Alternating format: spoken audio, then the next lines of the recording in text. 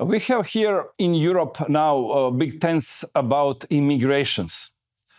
And you also explain inside this problem, how became a problem and how we can distinguish this immigration and welcoming them and helping them, and also to not to become hostile against them on the way that you explain in this book.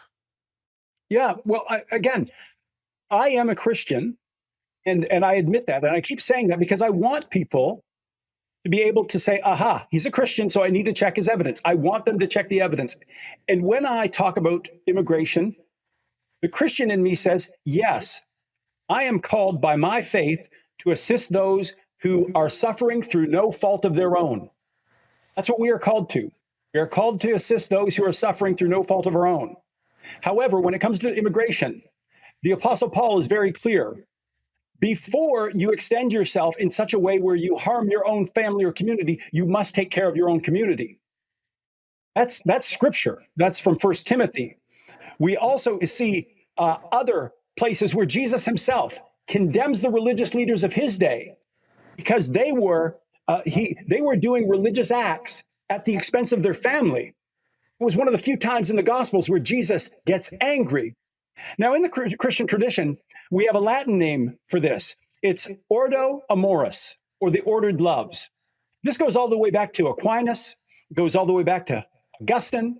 Christians have known this for years and years, that we are to have these ordered loves. Yes, we are to take care of those who are suffering through no fault of their own. But there's tremendous evidence, and it's cited in my book, chapters 7 and 8, where I show that the majority of immigrants are not suffering at all.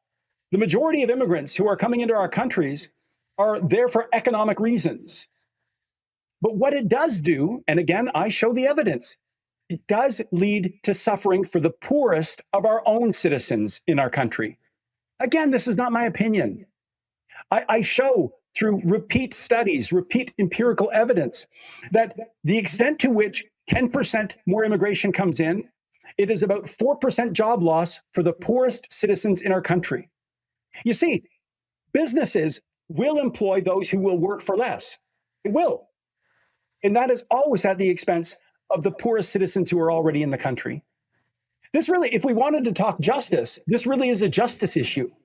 And the most just we could be would be to stop mass immigration and allow our populations to catch up so that our own poorest people finally find jobs and have food for their families.